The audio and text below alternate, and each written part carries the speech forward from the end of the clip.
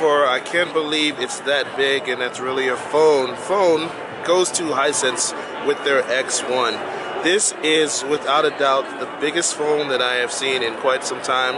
Definitely the biggest that I've seen here at CES. It's got a 6.8-inch display. 6.8. You know, think about it. The Nexus 7 is only 0.2 inches larger than that.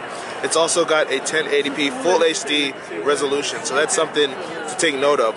When you look at the shape of it, you can see that it's obviously going to be a little bit more taller than it is wide. That's why it's able to be 6.8, but at least be somewhat manageable. Now, granted, I do have very large hands.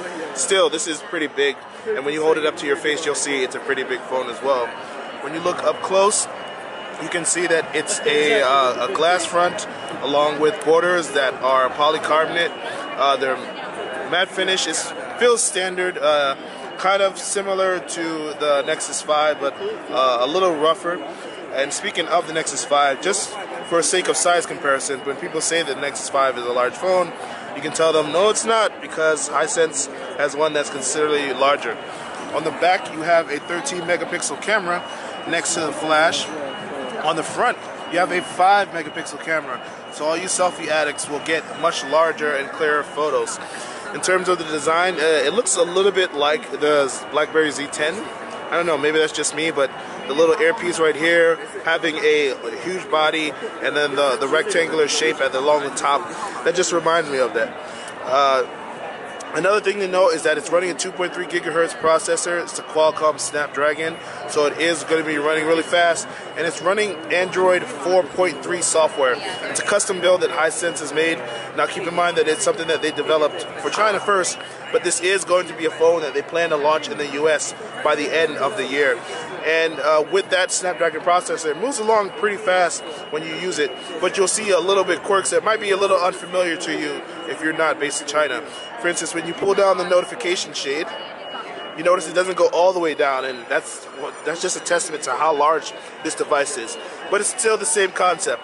You toggle certain things, you've got your volume controls here, takes up a lot of space, and then you just go like that. Very, very simple, very easy. When you want to use the phone, you pick up, you've got your dialer, and you're going to have a lot of space. That's going to be a theme no matter what app you use.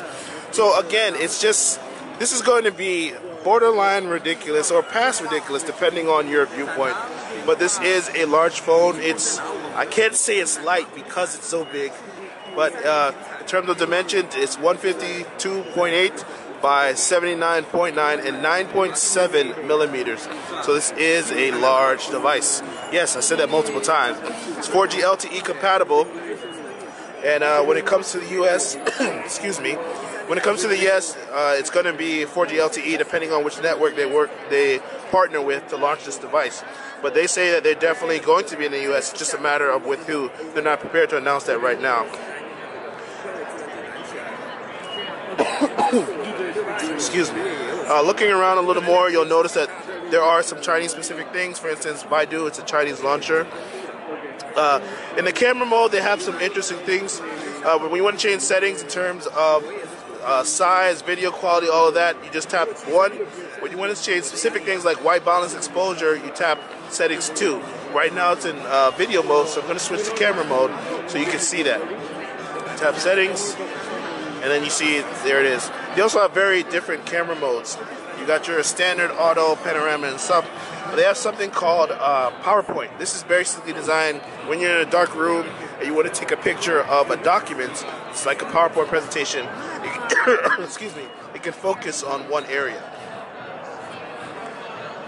And it also supports theming. So when you browse through, I'll go to Hisense themes, and you saw I had a different appearance before. I think I'll switch to sunflowers, apply, and then the launcher changes the background and the icon choices as well.